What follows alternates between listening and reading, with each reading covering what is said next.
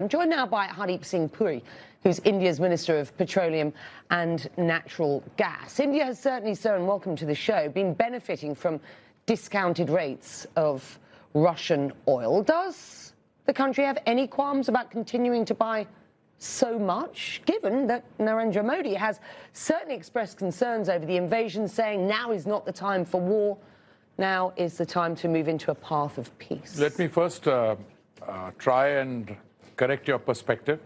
We ended the financial year 2022, that is 31st March 22. The purchases of Russian oil was not 2%, 0.2%, number one. Number two, we still buy only in a quarter what Europe buys in one afternoon. So let's be very clear about what the perspective is. Where will we buy from? Russia is not the largest supplier of oil to India. Russia supplied only 0.2%. Now it's one of the top 4 or 5 suppliers. And in fact, the largest supplier last month was Iraq. So that there is no misunderstanding anywhere, we owe a moral duty to our consumers. We have 1.34 billion population, and we have to ensure that they are supplied with energy, whether it's petrol, diesel. We were the only country in the world which, at the time when we were feeding 800 million people 3 meals a day, which we are still doing, the government reduced its revenue in order to make sure that prices at the petrol bunk didn't go up. So we have 60 million people going to the petrol bunk. There is no moral conflict with buying Russian oil? Oh, absolutely none. Absolutely none. There is no moral conflict. I mean, somebody wants to take an ideological position.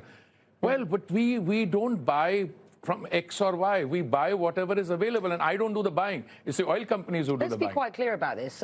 India is a backdoor into Europe for Russian oil at the moment. You're talking about the... Hang on, let me just finish. You're talking about the oil that comes in and is used for... And you say there's no moral issue with this in providing energy for 1.4 billion people. But let's be quite clear. Russian oil is imported, it is refined, and then it is exported to Europe, sir. That was done by some private sector companies, not by the OMCs. Who buys Russian oil, where it is refined? You're not denying that's happening. No, there's no question. We have nothing to do with that. First of all, the government doesn't do the buying. Let me be very clear. Oil trade is conducted by economic entities. All right. Today I met the minister from Guyana. They've got production. Come, we'll buy from there. We're buying from Canada. Do you know something? I bought last year from the United States $20 billion worth, which is almost half of what I buy from OPEC. No, we will buy oil, gas from wherever we can get it. What if the EU or the US were to ask India specifically to halt Russian oil purchases? I'll tell you something. First, you should address that question to the EU or to the United States. I'm telling you, because if India did not buy, or someone else didn't buy Russian oil, and if Russian oil were to go off the market, what would happen to international prices? These people would turn around, and then the same, somebody's cutting supply, we have more people buying it, the price will go up to $200. Minister, with respect, I'm asking you a simple question. If the EU or the US were to ask India to halt Russian I don't address hypothetical questions. If the EU wants to come up with something, they will talk to us. We will examine what's in it. So what is on offer now? We have a situation where Hungarian oil can come in through a pipeline, and it's exempt from the so-called price cap. Chinese oil goes through, Russian oil goes to China through the pipeline, it is exempt. Japan can buy it. So I'd like to find out whom the price cap is aimed at. Okay. And we'll have a good, robust discussion on that. Because does India have a backup plan should the West tighten sanctions on Russia? First of all, we have many backup plans, first of all, and I don't look at the way you are looking at it. We have had healthy discussions going on with the West, the United States, and the Europeans. I think this is something you're creating in a TV studio. No, that's not fair. That's not fair. Well, the narrative is out there. I'm just crossing. I have just come back from the United States. Do you know what happened in my bilateral discussions with me? No, I don't have to. It's privileged conversation. But I don't feel, and I've said on record, not only now to you, Andy, but to you earlier and to we don't feel any pressure. Modi's government doesn't feel the pressure. We are the 5th largest economy in the world. We are the one country where we are making the transition. transition, when you have increases in oil prices, they have consequences. One of the consequences is there'll be inflation and recession.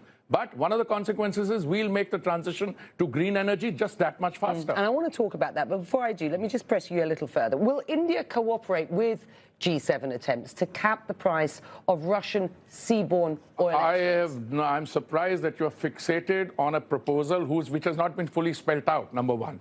Number two, India will examine it.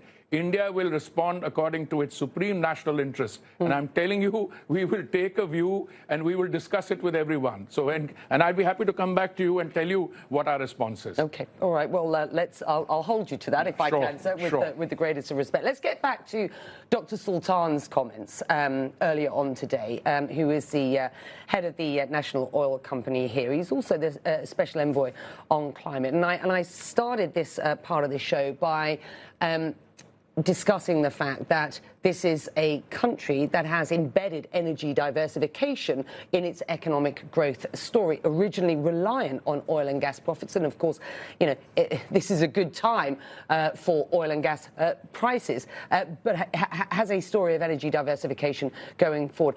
Let's just have a listen to what else Dr. Sultan had to say today at the meeting that you're at. The world needs all the solutions it can get.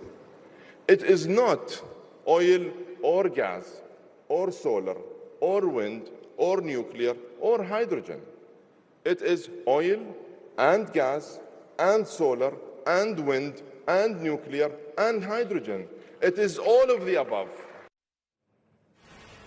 That was Dr. Sultan speaking earlier today at the conference that you have been at. And I know that there is an inordinate amount of, well, not inordinate, I mean a huge amount of bilateral trade between India and the UAE, and that's a really burgeoning story.